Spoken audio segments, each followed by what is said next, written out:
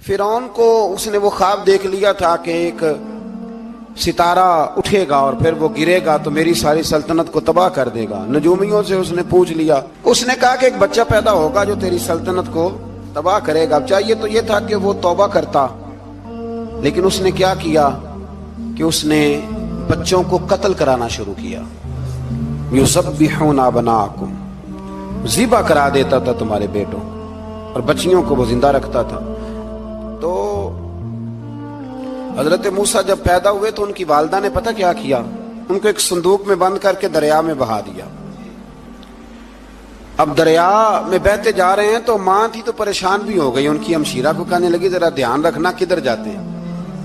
حضرت موسیٰ علیہ السلام دریا میں بہتے بہتے نا، فرعون نے نا دریا کے کنارے مکان بنایا ہوا تھا۔ آپ کو پتہ ہے بادشاہوں کا ذوق ہوتا ہے، آج کل ہمارے جو حکمران ہیں انہوں نے اس کا نام فارم ہاؤس رکھا ہوا ہے، میرا فارم ہاؤس، اور پرانے زمانے میں لوگ ڈیرا کہتے تھے۔ تو اس نے بھی اس طرح کا فارم ہاؤس بنایا ہوا تھا۔ وہاں پہ حضرت موسیٰ علیہ السلام تیرتے ہوئے تابوت کے اندر، صندوق کے اندر جا رہے ہیں۔ فرعون اور ان کی بیوی حضرت آسیہ بے اولاد تھیں، بڑی تڑپ تھی بیٹے کی، وہ بھی وہاں کھڑی تھی۔ صندوق تیرتا ہوا آیا تو فرعون نے کہا کہ جاؤ پکڑ کے لاؤ دیکھو کیا ہے۔ جب وہ لے کے آئے نا تو آپ کی ہمشیرہ جو نگرانی کر رہی تھی پریشان ہو گئی کہ یہ تو اس کے ہاتھ لگ گئے، یہ تو اب مار ڈالے گا۔ لیکن جب خوبصورت اور چمکتا ہوا بچہ دیکھا تو بی بی آسیہ کہنے لگی یہ بنی اسرائیل کا ہے ہی نہیں، یہ تو پتہ نہیں کہاں سے بہتا ہوا یہاں آ گیا ہے، تم ایسے ہی چھوڑ، یہ پتہ نہیں کہاں سے ہے، رکھ نہ لیں، رکھ نہ لیں۔ تو حضرت موسیٰ علیہ السلام وہ کہنے لگا نہیں انہی کے ہیں، موسیٰ علیہ السلام اسی کے ہیں۔ تو آسیہ کہنے لگی تیرے تو سر پہ نا بس بھوت ہی سوار ہو گیا، ہر وقت وہی لوگ تجھے یاد رہتے، یہ پتہ نہیں کہاں سے بہ کے آیا۔ اب رکھ لیا، مان گیا فرعون۔ آپ فرعون کے گھر میں جو اس لیے بچے مروا رہا تھا کہ میری سلطنت حضرت موسیٰ پیدا نہ ہو جائیں، تو اسی کے گھر میں پرورش پانے لگے، اسی کے گھر میں۔ اب عورتیں منگائیں گئی دودھ پلانے کے لیے، تو حضرت موسیٰ علیہ السلام کسی بی بی کا دودھ نہیں پیتے، تو آپ کی ہمشیرہ نہ وہیں دائیں بائیں گھومتی رہتی۔ تو کہنے لگی جناب آسیہ سے کہ میں ایک بی بی کو جانتی ہوں، بڑی صاف ستھری ہے، مجھے امید ہے یہ بچہ اس کا دودھ پیے گا۔ تو فرعون کہنے لگا دوڑ کے لا، تو وہ اپنی والدہ کو لے کے آئیں تو حضرت موسیٰ نے فوراً دودھ پینا شروع کر دیا۔ فرعون کو پھر تھوڑا شک ہوا۔ ایک روایت یوں بھی لکھی ہے بعض لوگوں نے کہ فرعون ایک دن اٹھایا ہوا تھا حضرت موسیٰ کی، ابھی تھوڑی سی عمر تھی، تو آپ نے اس کی داڑھی پکڑ کے تو ایک گھونسا دے مارا، جلالی تو شروع سے ہے نا۔ تو کہنے لگا آسیہ تو مان نہ مان یہ بچہ وہی ہے۔ تو حضرت بی بی آسیہ کہنے لگی کہ تجھے غلط فہمی ہے، یہ وہ نہیں ہے۔ اس نے کہا دیکھو نا یہ تو اٹھاتی ہے تو پیار کرتا ہے، اور میرے جب قریب آتا ہے تو اس کے لب و لہجے میں تلخی محسوس کرتا ہوں۔ اس نے کہا بچوں کو کیا پتا۔ خیر ایک طرف اس نے کھانے پینے کی چیزیں رکھ دی، ایک طرف انگارے رکھ دیے، وہ بھی حضرت آسیہ کہتی ہیں کہ تجھے سمجھ آئے بچے بچے ہوتے ہیں۔ حضرت موسیٰ بچے تو تھے پر تھے تو اللہ کے نبی نا، اللہ کے نبی تھے۔ جب اس نے کہا نا یہ بچے ہیں تو حضرت موسیٰ علیہ السلام بجائے انگاروں کی طرف جانے کے، نبی تھے وہ سیدھے کھانے پینے والی چیزوں کی طرف بڑھنے لگے۔ فرعون کہنے لگا اب بتا۔ اللہ تعالیٰ نے حضرت جبریل کو بھیجا، انہوں نے کہا ادھر نہیں جانا آپ ادھر جائیے۔ تو آپ آگ کی طرف گئے اور ایک کوئلہ اٹھا کے زبان پہ رکھ لیا۔ تو آسیہ کہنے لگی سمجھ آئی، بچے کو کیا پتا کدھر جانا ہے کدھر نہیں جانا، اگر وہ اتنا ہی خیال ہوتا وہی بچہ ہوتا تو آگ۔ اور بعض مفسرین نے لکھا ہے یہ جو حضرت موسیٰ دعا مانگتے تھے نا رب اشرح لی صدری ویسر لی امری، یہ وہ آگ کا انگارہ جب کوئلہ منہ میں رکھا تھا نا تو اس کی وجہ سے زبان میں کچھ لکنت آ گئی، تو آپ دعا کرتے تھے کہ یا اللہ میری زبان کی وہ بند گرا کھول دے تاکہ میں کھل کے فرعون کے سامنے بات کر سکوں۔ وہیں حضرت موسیٰ پلنے لگے، وہیں پلے، وہیں جوان ہوئے، وہیں اللہ نے ساری دولتیں دی، بہن بھی ملی، ماں بھی ملی، اور سارے عزیزوں کا پیار بھی ملا۔ اسی گھر کے اندر اللہ نے پرورش کر کے فرعون کے ظلم سے بنی اسرائیل کو نجات عطا فرمائی۔ موسیٰ بھی فرعون کے گھر میں پلنے لگے، اور جب جوان ہو گئے تو فرعون کے ہاں جو ظلم ہوتا تھا حضرت موسیٰ اس پر بول پڑتے تھے، جلال فرماتے۔ تو فرعون پھر ناراض رہنے لگا، یہاں تک کہ اس نے آپ کو نکال دیا آپ تشریف لے گئے وہاں سے. تو حضرت موسیٰ ایک دن شام کے وقت دوبارہ آئے بستی میں، لوگ سوئے ہوئے تھے. تو دو آدمی، ایک بنی اسرائیل میں سے اور ایک فرعون کی اپنی قوم میں سے، وہ دونوں آپس میں جھگڑ رہے تھے. لیکن وہ جو حضرت موسیٰ کی بنی اسرائیل کی قوم کا شخص تھا، اس پر وہ قبطی، وہ جو فرعون کے قریبی لوگوں میں سے تھا، وہ ظلم کر رہا تھا اور بودھ اٹھانے کی بات کر رہا تھا. اب اس نے حضرت موسیٰ کو پکارا کہ یہ دیکھے میرے ساتھ کس طرح کی بات کر رہا ہے. تو حضرت موسیٰ کا ارادہ بھی نہیں تھا، آپ نے بس اس کو سمجھایا. پر کچھ لوگوں کو سمجھ، تو حضرت موسیٰ نے پھر ایک مکہ مارا، ایک گھونسا مارا، صرف ایک ہی. یہ کئی تگڑے اور دلیر اس طرح کے بھی ہوتے ہیں کہ گھونسا ایک بھی برداشت نہیں کرتے. وہ ایک مارا، آدمی دھڑام سے زمین پہ گرا اور ماری گیا. حضرت موسیٰ کا ارادہ نہیں تھا لیکن وہ مر گیا. حضرت موسیٰ علیہ السلام نے اس بات پر اپنے رب سے استغفار بھی فرمائی. قرآن کہتا ہے کہ انہوں نے معافی چاہی کہ اللہ میرا ارادہ نہیں تھا. بہرحال اگلے دن نا حضرت موسیٰ دوبارہ آئے. وہ سنا کرتے تھے نا ہم کہ بیوقوف دوست سے عقل مند دشمن بہتر ہوتا ہے. وہ کم از کم دشمنی تو عقل مندی سے کرتا ہے نا، لیکن جو بیوقوف دوست ہو بیوقوفی. حضرت موسیٰ دوبارہ آئے تو وہ بنی اسرائیلی اگلے دن کسی اور سے جھگڑا کر رہا تھا. پھر اس نے مدد کے لیے پکارا تو حضرت موسیٰ کہنے لگے مجھے لگتا یہ ہے کہ تیری عادت ہے، تو خود بڑا جھگڑالو ہے، تو نے روز نیا جھگڑا شروع کیا ہوتا ہے. حضرت موسیٰ جب اس کی طرف بڑے نہ ڈانٹنے کے لیے تو اس نے شور کرنا شروع کر دیا. کہنے لگتا ہے جس طرح آپ نے اسے کل قتل کیا تھا مجھے بھی قتل ہی کریں گے. یہ انسانوں کا مزاج ہے کہ آپ جب تک کسی کے طبیعت کے مطابق چلیں گے وہ راضی رہتا ہے، اور ذرا آپ اس کی طبیعت سے ہٹتے ہیں تو وہ شور کرتا ہے. اس نے کہا جی آپ مجھے بھی لگتا ہے ماریں گے. حضرت موسیٰ کلیم اللہ علی نبینا علیہ السلام کے بارے میں جب اس نے شور کیا تو بات پھر فرعون کے دربار تک گئی. وہ تو پہلے ہی بہانہ تلاش کر رہا تھا. اس نے کہا ڈھونڈو، پکڑو اور معاذ اللہ شہید کریں گے. کسی نے آ کے خبر دی کہ آپ جہاں سے ہجرت کر جائیں، اس لیے کہ آپ کے لیے یہاں حالات درست. اور بھائی یہ چھوڑ دیا کریں بات کہ فلاں آدمی کے حق میں فلاں جگہ حالات کیسے خراب ہوئے. تو نبی کریم علیہ السلام مکہ چھوڑ کے کیوں آئے؟ حضرت موسیٰ علیہ السلام نے ہجرت کیوں فرمائی؟ یہ ایک ایسی عجیب بحث ہے جس کو لوگ بلا وجہ چھوڑ دیتے، بلا وجہ چھیڑ دیتے ہیں. اور بالخصوص ایک خاتون نے ایک دفعہ مجھے پیغام دیا تو میں بڑی اس کی بات سن کے مجھے عجیب لگا.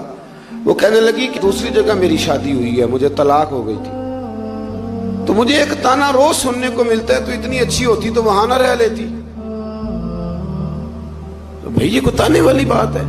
کوئی ضروری ہے کہ بیوی غلط ہوتی ہے تو طلاق ہوتی ہے؟ اللہ کے محبوب علیہ السلام کی دو صاحبزادیوں کو ابو لہب کے دو بیٹوں نے طلاق بھیج دی تھی. کس کی غلطی تھی؟ تو آپ کیا کہہ سکتے ہیں یہاں کیوں طلاق؟ تو اتنی جلدی بات تھوڑی کر دیں گے آپ، تھوڑی احتیاط فرمائیں بولنے میں. تو حضرت موسیٰ علیہ السلام وہاں سے نکلے اور آپ مدین کی طرف چلے گئے. مدین وہ علاقہ تھا جہاں فرعون کی حکومت کوئی نہیں تھی. حضرت موسیٰ جیسے ہی وہاں پہنچے تو ان کے اندر ایک جذبہ تھا، ظلم ہوتا نہیں دیکھ سکتے. جب وہاں پہنچے تو انہوں نے دیکھا لوگ اپنے اپنے جانوروں کو گھاٹ پہ پانی پلا رہے ہیں اور دو خواتین ہیں وہ بالکل پیچھے کھڑی ہیں. تو حضرت موسیٰ کلیم آگے بڑھ کے کہنے لگے تم کیوں نہیں پانی پلاتی؟ تو وہ کہنے لگی ہمارا بھائی کوئی نہیں، باپ ہمارا بوڑھا ہے. اللہ اکبر. مجبوری یہ ہے، ہم ہیں بھی پردہ دار گھرانے کی، مجبوری ہماری یہ ہے کہ جب تک یہ سارے لوگ پانی پلا نہیں لیں گے اتنی دیر تک ہماری باری نہیں آئے گی. تو حضرت موسیٰ کلیم اللہ علیہ السلام فرمانے لگے اچھا یہ بات ہے تو جانور مجھے دو. وہ ہو یہ رہا تھا کہ چونکہ مرد پانی پلا رہے تھے تو اور جتنے بھی مرد آتے جاتے تھے وہ گھستے جاتے تھے اور عورتیں بیچاری کھڑی تھیں. حضرت موسیٰ جھٹ سے آگے بڑھے، پیچھے ہٹو. ان دو خواتین پاک باز عورتوں کے جانوروں کو پانی پلایا اور پھر آپ دوبارہ وہیں بیٹھ گئے. وہ بیویاں جلدی جلدی گھر گئیں، جا کے اپنے والد سے کہنے لگی ابا جی کمال ہو گیا، اس بستی میں ایک ایسا آدمی ملا ہے جو عورتوں کی طرف دیکھتا ہے تو نیکی کرنے کے لیے آگے بڑھتا ہے، جو مجبور اور بے کس کے لیے اچھے جذبات رکھتا ہے. فرمایا جلدی لاؤ، کچھ مفسرین اور طرف بھی گئے ہیں، لیکن جمہور نے لکھا ہے کہ وہ حضرت شعیب علیہ السلام تھے۔ حضرت شعیب نے گھر بلایا، اپنی ایک بیٹی کو بھیجا، فرمایا بیٹے بلا کے لاؤ۔ وہ جب گھر آئے تو آپ فرمانے لگے آپ میرے ساتھ اجرت طے کر لیں، 8 سال یا 10 سال آپ میری بکریوں کو چرائیں، میرے گھر میں رہیں۔ اور پھر فوراً ہی فرمانے لگے اگر آپ ہمارے گھر میں رہیں گے، دیکھ بھال کریں گے، تو میں اپنی ایک بیٹی کا نکاح بھی آپ کے ساتھ کر دوں گا۔ تو 8 سے 10 سال حضرت موسیٰ نے وہاں قیام فرمایا۔ اور پھر جب آپ کا نکاح ہو گیا تو آپ اپنی بیوی کو لے کے مصر کی جانب جا رہے تھے، تو رستے میں نا ٹھنڈ زیادہ ہو گئی، تو اپنی زوجہ سے کہنے لگے وہاں آگ جل رہی ہے، میں تیرے لیے آگ لے کے آتا ہوں تاکہ تو تاپ سکے، گرمی حاصل کر سکے۔ وہاں گئے تو درخت سے آواز آئی موسیٰ میں تیرا رب ہوں۔ درخت سے آواز آئی موسیٰ میں تیرا رب ہوں۔ اور حضرت موسیٰ کلیم اللہ کو وہاں وحی آنی شروع ہوئی، وہاں وہی اللہ تعالیٰ نے انہیں وہ عصا عطا فرمایا جو پھر بعد میں اژدہا بنتا تھا۔ رب کریم نے وہیں حضرت موسیٰ کلیم کو وہیں ید بیضا عطا فرمایا۔ اپنا ہاتھ گریبان میں ڈال کے نکالتے تھے تو چاند اور سورج کی طرح روشنی دیا کرتا تھا۔ ید بیضا لیے بیٹھے ہیں اپنی۔ میں کبھی کبھی کہا کرتا ہوں کہ مولا کے دینے کے انداز بڑے انوکھے ہیں۔ بھائی یوسف کو کنویں میں پھینکتے ہیں تو اللہ مصر کا حکمران بنا دیتا۔ تو پھر حضرت موسیٰ وہاں سے واپس آئے اور آ کر کے آپ نے دوبارہ وہ سارا نظام زندگی شروع فرمایا۔ موسیٰ علیہ السلام نے ان کو دعوت حق دی اور کہا کہ میں تمہارے پاس واضح نشانیاں لایا ہوں، بنی اسرائیل کو میرے ساتھ بھیج دو۔ فرعون نے معجزات پیش کرنے کے لیے کہا تو حضرت موسیٰ علیہ السلام نے اپنا عصا زمین پہ ڈالا، اپنا عصا، اپنی چھڑی، اپنا ڈنڈا زمین پہ ڈالا تو وہ ایک واضح اژدہا بن گیا۔ پھر حضرت سیدنا موسیٰ علیہ السلام نے اپنا ہاتھ گریبان سے نکالا تو وہ دیکھنے والوں کے لیے روشن ہو گیا، ہاتھ کے اندر نور پیدا ہو گیا۔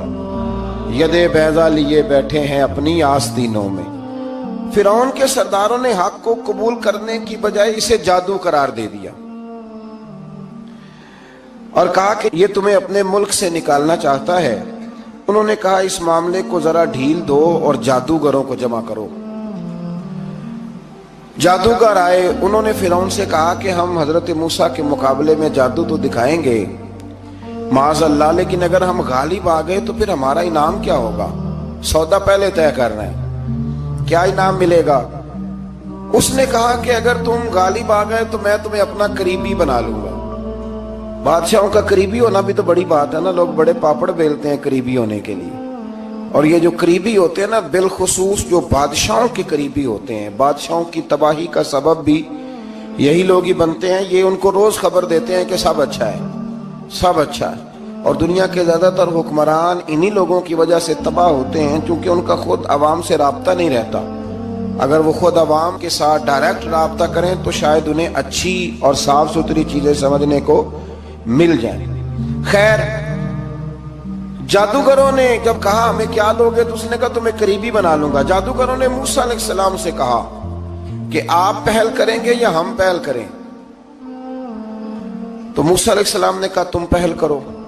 جب جادوگروں نے اپنی رسیاں زمین پہ ڈالیں تو لوگوں کی نگاہوں کو سحر زدہ کر دیا، جادو کر دیا اور انہیں ڈروا دیا۔ انہوں نے کہا یہ تو بڑا جادو لے آئے۔ تو اللہ تعالیٰ نے حضرت موسیٰ علیہ السلام کو حکم دیا کہ آپ بھی اپنا عصا زمین پہ ڈالیں۔ ان کی رسیاں سام بن گئی تھی نا، دراصل وہ سام بنی نہیں تھی، لوگوں کی آنکھوں پر جادو ہو گیا تھا، انہیں سانپ نظر آ رہا تھا۔ فرمایا آپ بھی اپنا عصا زمین پہ ڈالیں۔ وہ عصا سام بنا اور جادوگروں کی ساری چیزوں کو نگل ہی گیا۔ ان کی بہت ساری رسیاں سام بنی تھی، ان کا ایک ہی عصا سام بنا اور سب کو نگل گیا۔ اس طرح کے معجزے کی حقانیت اور جادوگروں کا بطلان ثابت ہوا اور فرعونی رسوا ہو گئے۔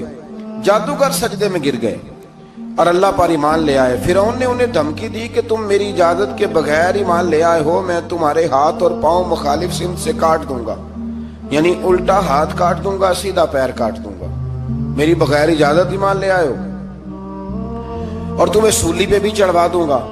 انہوں نے کہا کہ ایمان لانے کی پاداش میں تم ہمیں سزا دینا چاہتے ہو؟ پھر انہوں نے اللہ تعالیٰ سے صبر اور استقامت کی دعا کی۔ اس کے بعد فرعون نے بنی اسرائیل کے بیٹوں کو قتل کرنے کی اور بیٹیوں کو زندہ چھوڑنے کا حکم دے دیا۔ موسیٰ علیہ السلام نے قوم کو صبر کی تلقین کی اور کہا کہ نیک انجام اہل تقوی کے لیے۔ یہاں ایک لطیف بات ہمارے صوفیاء نے بھی لکھی ہے۔ صوفیاء کہتے ہیں کہ فرعون نے کلمہ نہیں پڑھا پر جادوگر کلمہ پڑھ گئے۔ وہ کس طرح کلمہ پڑھ گئے؟ تو کہنے لگے دراصل انہوں نے آتے ہی حضرت موسیٰ کا ادب بڑا کیا تھا۔ جادوگر حضرت موسیٰ کے مقابلے میں آ کے بھی ان سے کہتے ہیں کہ رسیاں آپ پہلے ڈالیں گے کہ ہم ڈالیں؟ آپ اصحاب پہلے رکھیں گے کہ ہم رکھیں؟ تو اتنا سا ادب کیا تو رب کریم نے فرمایا جو نبی کا ادب کرے وہ بے ایمان نہیں رہ سکتا۔ جو نبی کا ادب کرے وہ بے ایمان نہیں رہ سکتا، اور جو نبی کی بے ادبی کرے وہ ایماندار نہیں رہ سکتا۔ ختم ہو گئی بات۔ یہاں ہمارے صوفیاء نے یہ بات لکھی ہے کہ چونکہ انہوں نے آتے ہی کہا تھا کہ آپ پہلے ڈالیں گے یا ہم پہلے ڈالیں، تو حضرت موسیٰ سے انہوں نے پوچھ لیا، نبی کے پوچھے بغیر پہل نہیں کی تو اللہ نے انہیں ایمان کی دولت عطا کر دی۔ اللہ تعالیٰ نے فرعونیوں پر قحط سالی کا عذاب نازل کیا۔ فرعونیوں کا طریقہ یہ تھا کہ اچھائی کو اپنا کمال گردانتے تھے، کہتے تھے یہ ہماری طرف سے، اور برائی کو معاذ اللہ بدشگونی کے طور پر موسیٰ علیہ السلام کی طرف منسوب کرتے تھے، کہتے تھے معاذ اللہ آپ کی وجہ سے یہ سارا کچھ ہو رہا ہے۔ ہوتے نا نہیں کہتے ہیں جب سے میں وہاں گیا ہوں تب سے۔ ہمارے بزرگ ایک لطیفہ بھی سنایا کرتے تھے کہ کسی زمیندار نے نماز پڑھنی شروع کی تھی تو اس کے جانور مرنے شروع ہو گئے۔ اب لوگ سمجھتے ہیں کہ معاذ اللہ شاید یہ کسی بزرگ کے سبب سے ایسا ہے، حالانکہ یہ تو اللہ کی طرف سے آزمائش ہوتی ہے، اس کی حکمتیں ہوتی ہیں۔ اللہ تبارک و تعالیٰ نے ان پر عذاب کیا نازل کیا؟ آیت نمبر 130 اور 143 کبھی آپ سورہ اعراف کی پڑھیں تو اللہ تعالیٰ نے ان پر ٹڈیوں کا، جموں کا، مینڈکوں کا اور خون کا عذاب نازل کیا۔ یہ کس قسم کا عذاب ہے؟ جمعے پڑ گئے، ٹڈیاں آ گئیں، یہ اللہ نے عذاب نازل کیا۔ جب وہ عذاب میں مبتلا ہوئے تو موسیٰ علیہ السلام سے کہا کہ آپ اللہ سے دعا کریں کہ ہم سے یہ عذاب ٹل جائے، اگر ایسا ہوا تو ہم ایمان لے آئیں گے، بنی اسرائیل کو بھی آزاد کر دیں گے۔ لیکن موسیٰ علیہ السلام کی دعا کے نتیجے میں جب عذاب ٹل جانے کے بعد فرعونی پھر اپنے وعدے سے پھر گئے۔ بنو قریظہ والوں نے بھی کئی دفعہ حضور سے وعدے کیے پر اپنے وعدوں پر قائم۔ ایک بات آپ سے یہاں روک کے عرض کر دوں، ہم بھی کئی دفعہ کہتے ہیں ذرا بریک کبھی گاڑی کی نہیں نہ لگتی تو ہم ارادہ کرتے ہیں کہ آج سے ہی نماز شروع کر دینی ہے۔ ذرا طبیعت زیادہ لیل ہوتی ہے تو ارادہ کرتے ہیں نا کہ بھائی آج کے بعد ہم نے نیک، پھر کیا ہوتا ہے شفا ہو گئی تو چھٹی ہو گئی۔ یہ طریقہ درست نہیں، یہ تو کفار کا طریقہ بیان کیا نا قرآن پاک نے۔ یہاں فرمایا جب اللہ تبارک و تعالیٰ نے انہیں نجات دے دی تو اپنے وعدے سے مکر گئے، تو پھر اللہ تبارک و تعالیٰ نے بنی اسرائیل کو سمندر پار کر کے ایسی قوم کے پاس پہنچا دیا جو بتوں کی پرستش کرتی تھی۔ وہ تو بچ گئے لیکن فرعونی سارے دریا کے اندر غرق ہو گئے۔ حضرت موسیٰ علیہ السلام سے کہنے لگے کہ ہمارے لیے بھی یہ خدا بنا دیجئے۔ حضرت موسیٰ علیہ السلام نے فرمایا بت پرستی کرنے والے جاہل ہیں۔ یہ بت پرست قوم کے پاس جب گئے نا بنی اسرائیل والے، بت پوجتے ہوئے دیکھا تو کہنے لگے ہمارے لیے بھی سامنے بنا کے رکھ دو۔ فرمایا یہ تو جاہل ہیں، تم انہیں دیکھ کے اثر قبول کر رہے ہو، اور اپنی جاہلیت کے باعث یہ ہلاک ہونے والے بھی ہیں۔ پھر اللہ تعالیٰ نے بنی اسرائیل پر اپنی نعمتوں کا ذکر فرمایا، اور موسیٰ علیہ السلام نے اپنی قوم میں ہارون علیہ السلام کو اپنا جانشین فرمایا اور کوہ طور پر تشریف لے گئے۔ اللہ نے فرمایا وہاں آ جائیں، میں آپ کو تورات عطا کرتا ہوں۔ 40 دن کا یہ عرصہ تھا۔ موسیٰ علیہ السلام نے وہاں پہ جا کے، وہ سارا واقعہ بھی انہی آیات میں ہے کہ حضرت موسیٰ نے عرض کیا تھا کہ رب ارنی، یا اللہ میں تجھے دیکھنا چاہتا ہوں، تو فرمایا لن ترانی، تو نہیں دیکھ سکتا۔ وہ بھی یہاں اللہ نے ذکر فرمایا۔ پھر اللہ تعالیٰ نے اپنی ایک تجلی جب کوہ طور پہ ڈالی تو حضرت موسیٰ علیہ السلام تاب نہ لا سکے اور بے ہوش ہو گئے، اور پہاڑ بھی ریزہ ریزہ ہو گیا۔ اس کا ذکر بھی اللہ نے انہی آیات میں فرمایا۔ آیت نمبر 144 سے 155 تک حضرت موسیٰ علیہ السلام کو رسالت عطا کرنے، کلیم اللہ کا منصب عطا کرنے، تورات عطا کرنے کا ذکر ہے۔ آگے چل کے بتایا کہ جو متکبر لوگ ہیں نا وہ آیات الہیہ سے منہ پھیرتے ہیں، اور جو لوگ اللہ کی آیات اور قیامت کو جھٹلاتے ہیں ان کے اعمال باطل ہیں۔ پھر موسیٰ علیہ السلام کے کوہ طور پر قیام کے عرصے میں بنی اسرائیل کے زیورات سے بچڑا بنا کر اسے معبود بنانے کا ذکر ہے۔ ان میں ایک جادوگر تھا سامری، سنا ہے سلالہ میں اس کی قبر ہے۔ حضرت موسیٰ کوہ طور پہ چلے گئے تو اس نے پیچھے سے سونے کا ایک بچڑا بنا لیا، اس میں سونے کی تاریں اس کے منہ میں لگائیں، ہوا چلتی تھی تو بجتی تھی۔ اتنے کمزور عقیدے کی یہ قوم تھی کہ انہوں نے فٹافٹ ماننا شروع کر لی، فٹافٹ ماننا، کہنے لگے یہ ٹھیک ہے۔ چنانچہ موسیٰ علیہ السلام جب واپس آئے تو قوم پر غصے اور افسوس کا اظہار فرمایا اور کہا میرے پیچھے تم نے ایسا برا کام کیا ہے۔ انہوں نے تورات کی تختیاں بھی زمین پہ ڈالی اور اپنے بھائی ہارون علیہ السلام کا سر پکڑ کے اس سے جواب طلبی کی۔ انہوں نے کہا اے میرے ماں جائے، بڑے خوبصورت لفظ ہے قرآن پاک، اے میرے ماں جائے، اے میرے بھائی، قوم نے مجھے بے بس کر دیا اور قریب تھا کہ یہ مجھے قتل بھی کر دیتے۔ اب آپ مجھ پر سختی کر کے دشمنوں کو ہنسنے کا موقع نہ دیں، کبھی بھی دشمنوں کو اپنے اوپر ہنسنے کا موقع نہ دینا چاہیے۔ پھر آیت نمبر 151 میں موسیٰ علیہ السلام کی دعا اور کلمات استغفار کا ذکر ہے۔ آگے چل کے بتایا کہ غصہ ٹھنڈا ہونے پر موسیٰ علیہ السلام نے تورات کی تختیوں کو اٹھایا جن کی تحریر میں اللہ سے ڈرنے والوں کے لیے ہدایت اور رحمت کی بشارت تھی۔ آیت نمبر 156 سے لے کر 158 تک میں موسیٰ علیہ السلام کی دعا کا ذکر ہے، جس میں انہوں نے اپنی قوم کے لیے اللہ تعالیٰ سے دنیا اور آخرت کی بھلائی مانگی۔ اللہ تعالیٰ نے فرمایا یہ کامل نعمت میں ان لوگوں کو عطا کروں گا جو ایمان کے ساتھ تقوی بھی اختیار کریں گے، یہ انہیں ملے گی نعمت، اور پھر وہ زکوٰۃ دیں گے اور اس عظیم رسول یعنی نبی کریم صلی اللہ تعالی علیہ وآلہ وسلم کی وہ پیروی کریں گے۔